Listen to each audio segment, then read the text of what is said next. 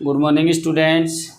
देखिए बेटा जी 3.2 का जो आपका क्वेश्चन थर्ड चल रहा था, थर्ड का हमने फर्स्ट क्वेश्चंस और सेकंड क्वेश्चंस वो इस पहले वाली वीडियो में डाला था और फिर थर्ड फोर्थ इससे पहले इसके बाद वाली वीडियो में डाला। आज हम आपको इसका फिफ्थ और सिक्स क्वेश्चन कंप्लीट करवाते हैं। इस थर्ड क्वेश्चन में है ना अपने पास 6 क्वेश्चन थे, तो उन 6 को हमने कंप्लीट किया है। तो अब देखिए किस तरीके से अपन इन दोनों क्वेश्चन थर्ड के पार्ट फिफ्थ और सिक्स को कंप्लीट करते हैं। बहुत इम्पोर्टेंट है। इन 6 क्वेश्चंस में से बोर्ड एग्जाम में एक क्वेश्चन आता रहता है बेटा। तो 3.2 का ये क्वेश्चंस है, उसके बाद में एक्सरसाइज आपकी कंप्लीट हो जाएगी। उसके बाद में अपन 3.3 के क्वेश्चंस सॉल्यूशन करेंगे। तो देखिए बेटा जी सबसे पहले क्वेश्चंस अपना है फिफ्थ। देखिए सबसे पहले क्या बोल रहा है, किसी भिन्न के अंश और हर। अंश होता है बेटा ऊपर वाली जो संख्या होती है, जो बट्टे में संख्या होती है ना, उसका अंश ऊपर वाली होती है, हर नीचे वाली। तो अंश और हर दोनों में 2 जोड़ दिया जाए, लेकिन अपने को ना अंश का पता है ना हर का पता है। तो अपन मान लेंगे कि माना संख्या का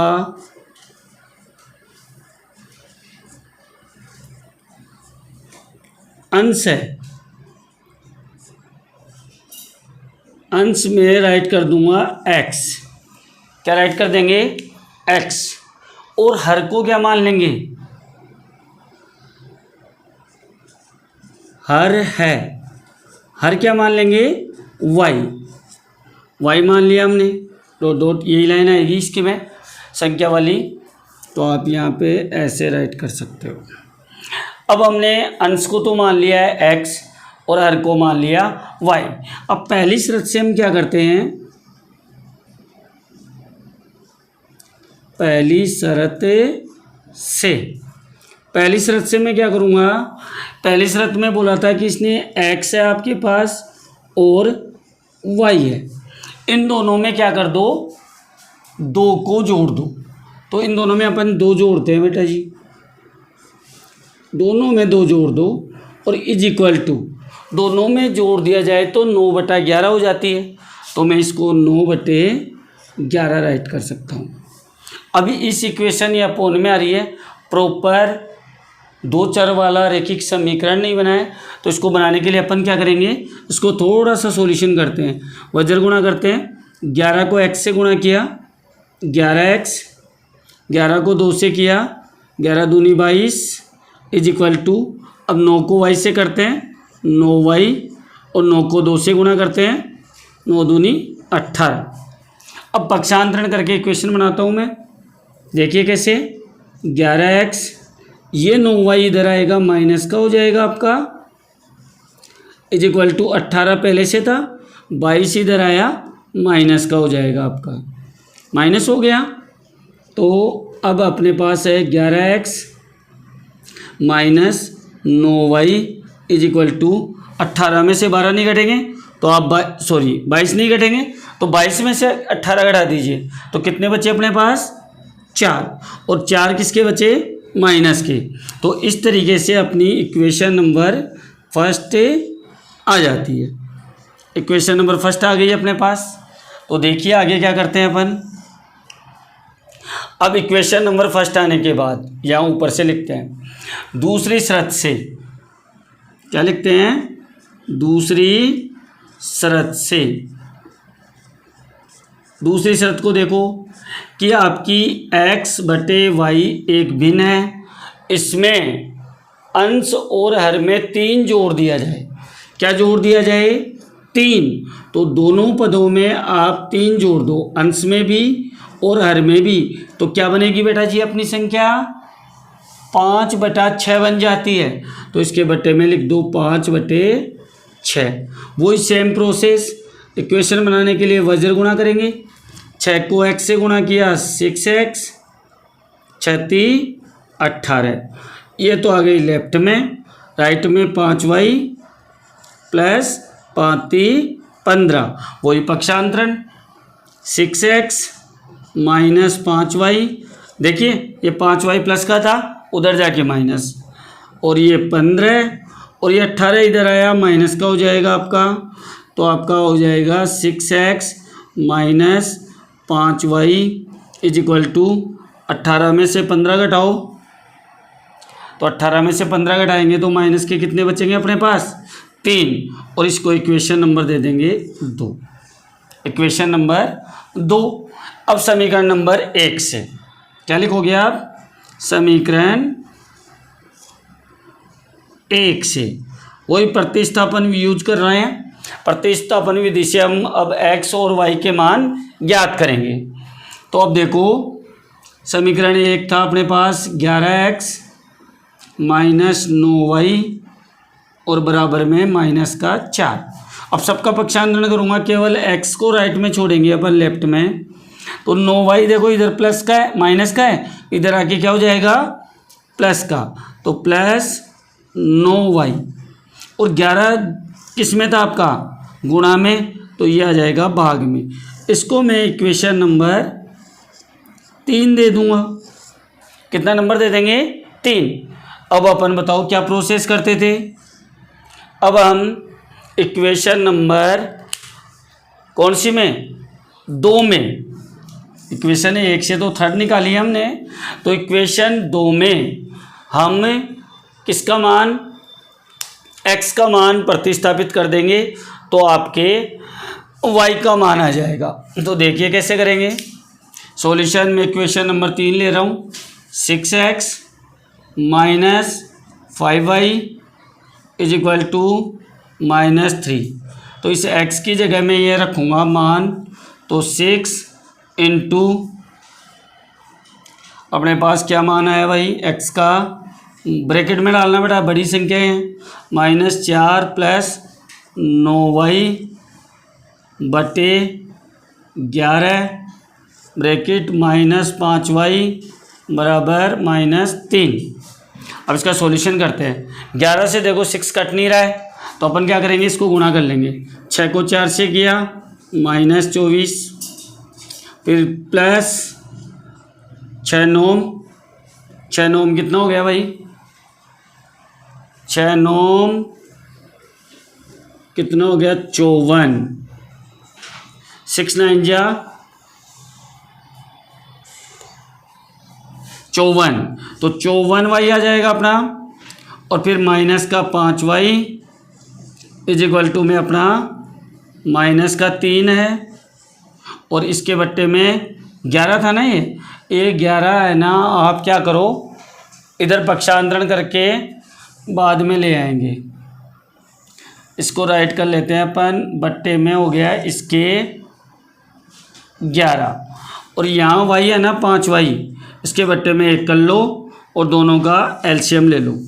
यहाँ पे दोनों का एलसीएम 11 है, 11 में 11 का भाग देंगे तो एक बार, 1 से इन दोनों पदों को गुणा करेंगे तो यही आएगा, -24 प्लस 54y माइनस 1 का बड़ा बोलो 11 कितनी बार में आएंगे 11 बार में, 11 को 5 से गुणा करोगे तो अपना आएगा 55y इज इक्वल टू में मेरे पास -3 है। अब मैं सॉल्यूशन कर रहा हूँ, देखो माइनस के 55y में से 54y गए, कितने y गए, तो माइनस का y बच जाएगा अपने पास, क्या बच जाएगा -y। अब -y बच गया, ये चॉइस है ना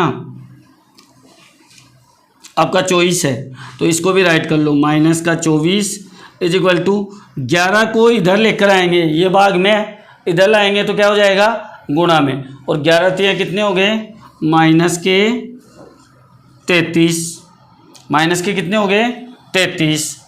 अब ये 24 का पक्षांतरण करते हैं, ये 24 इधर माइनस का इधर आके प्लस का हो जाएगा, तो -y इज इक्वल टू -33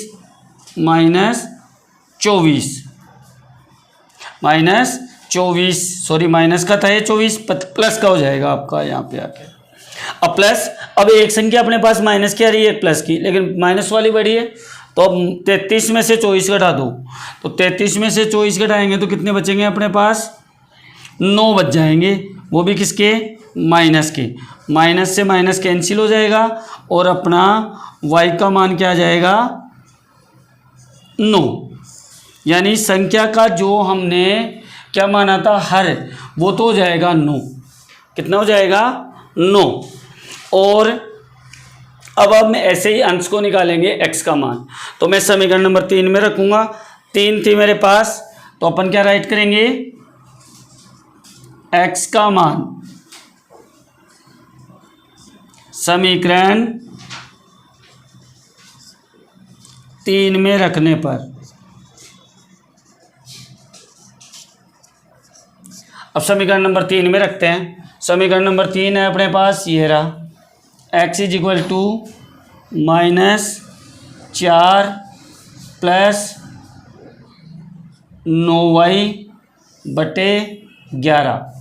तो अब देखो क्या कैलकुलेशन आता है, -4 प्लस 9 गुणा 9, 9 गुणा 9, y की जगह कितना आया था? 9, तो 9 राइट कर देंगे। बट्टे में कितना है? 11। अब 9 9 में कितना हो गया? 81।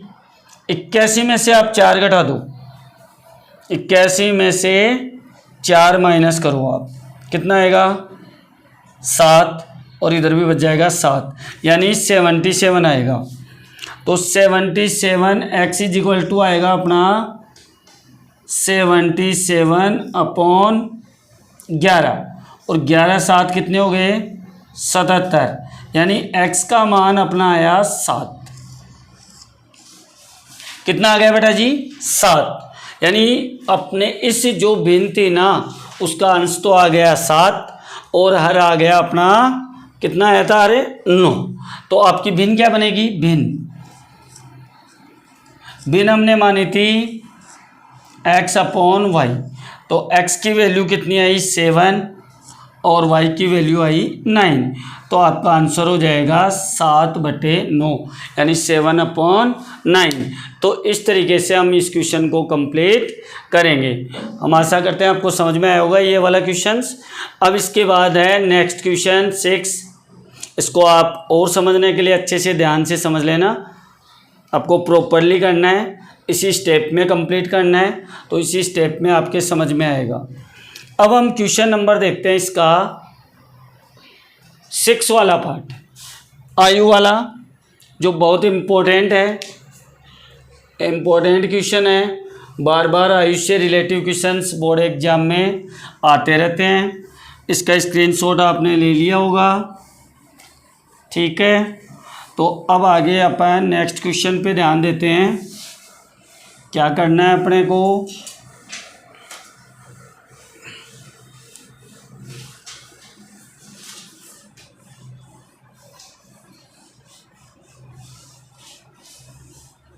हाँ, तो ध्यान दो बेटा जी।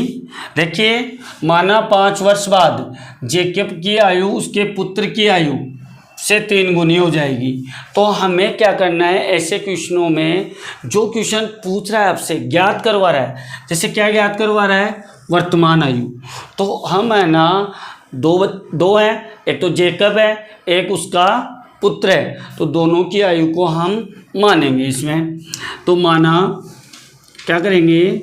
माना जेकब की आयु, माना जेकब की आयु, जेकब की आयु कितनी है बेटा अपने पास?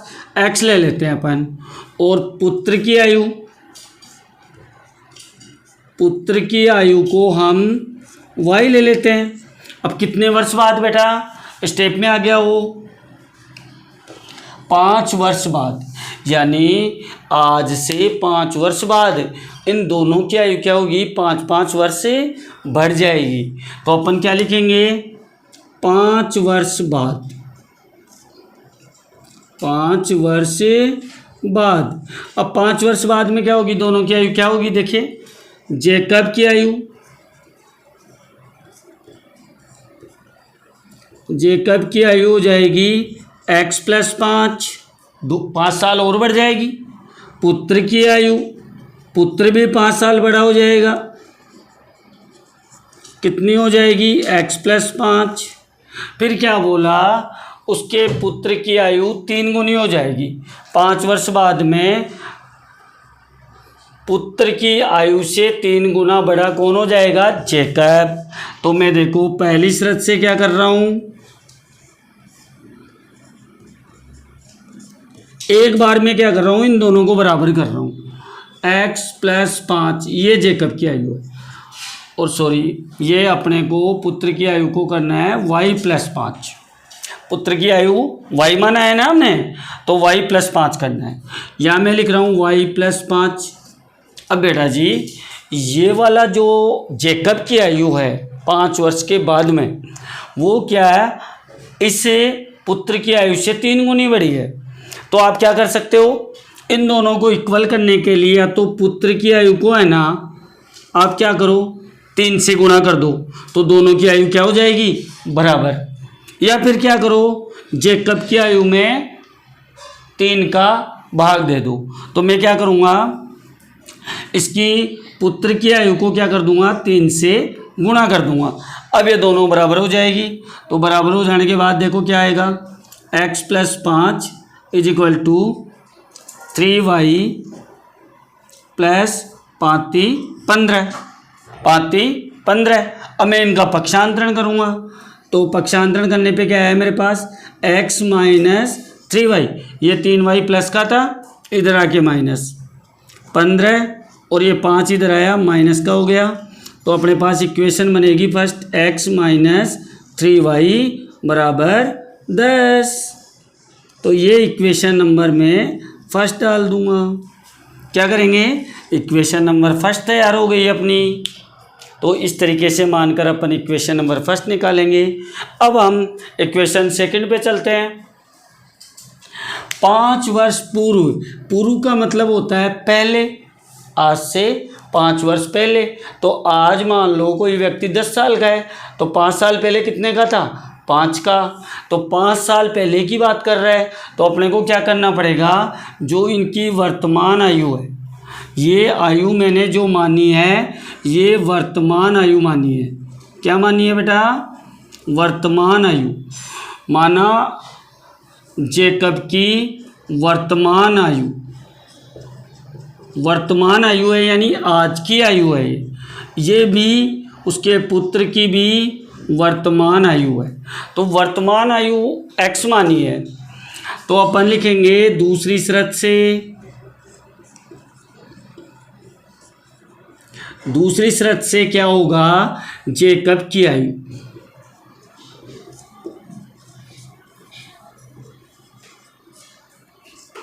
5 वर्ष पहले, 5 वर्ष पहले।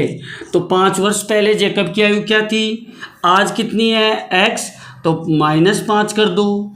क्या कर दो, -5।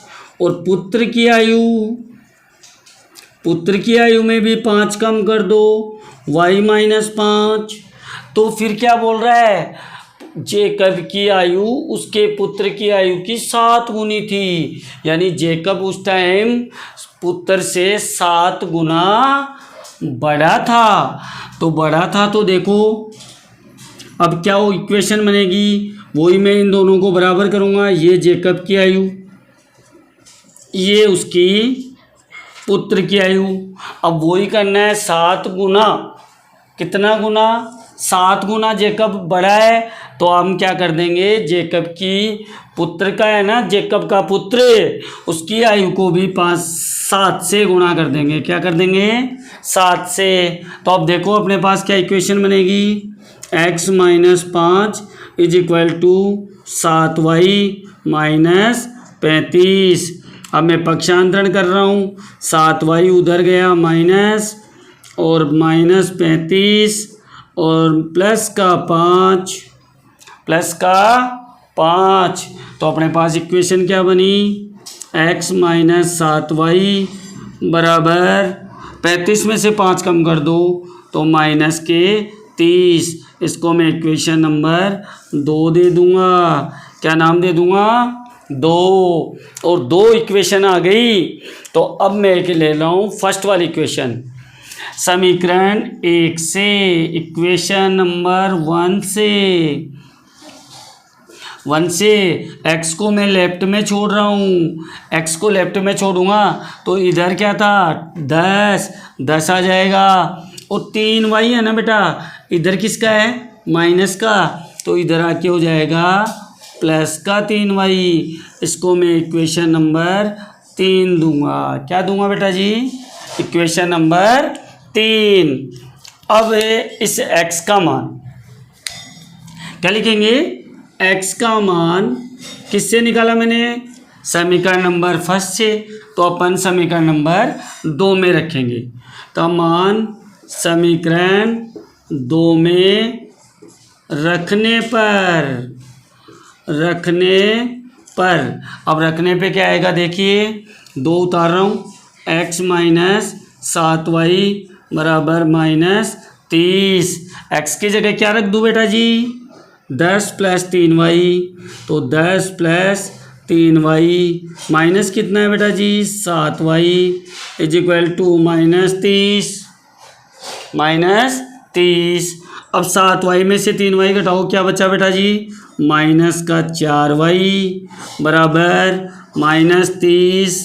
और ये प्लस का 10 था, इधर आके माइनस का 10 हो गया।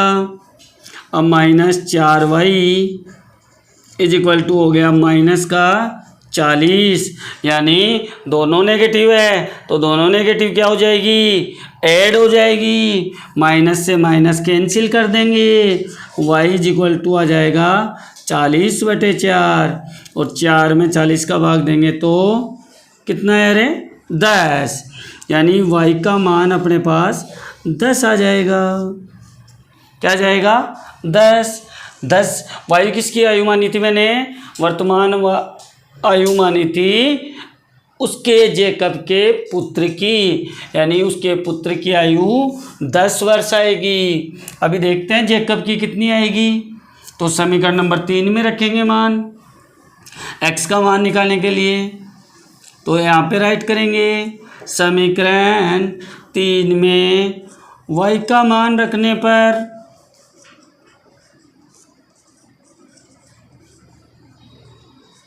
और y समीकरण नंबर 3 उठा के लाता हूँ। x is equal to 10 plus 3y।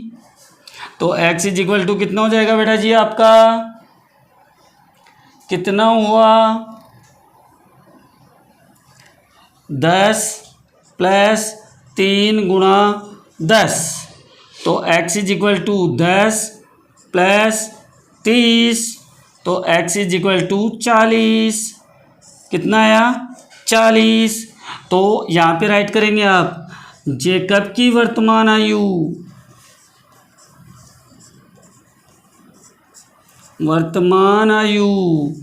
तो जेकब की वर्तमान आयु है बेटा जी 40 वर्ष और पुत्र की वर्तमान आयु कितनी थी बेटा जी? 10 वर्ष। तो दोनों की आयु हमारे पास प्राप्त हो गई कि जेकब की जो वर्तमान आयु है वो 40 वर्ष आएगी और पुत्र की जो वर्तमान आयु है वो 10 वर्ष आएगी। तो बेटा जी आपके क्वेश्चन नंबर 3 कंप्लीट होता है। तो इसको आप अच्छे से एक्सप्लेन को समझे, किस तरीके से एक्सप्लेन हुआ है, किस तरीके से हम दोनों की आयु ज्ञात करते हैं। बेस्ट ऑफ लक बच्चों, बाय।